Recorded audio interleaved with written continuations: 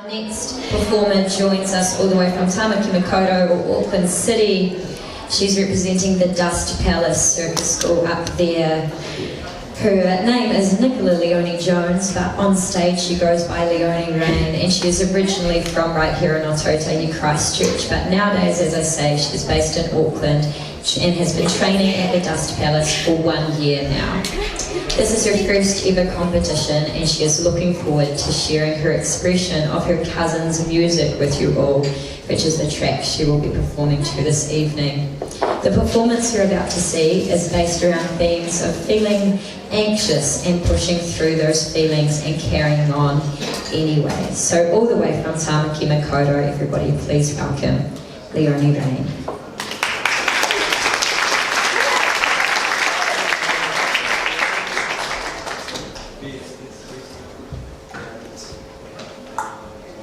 When the stars come out and you need another's touch, it may take all night, but you gotta let it take you out. As I stare at every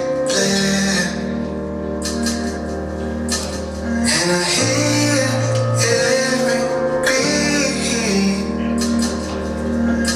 no matter how out of time, you gotta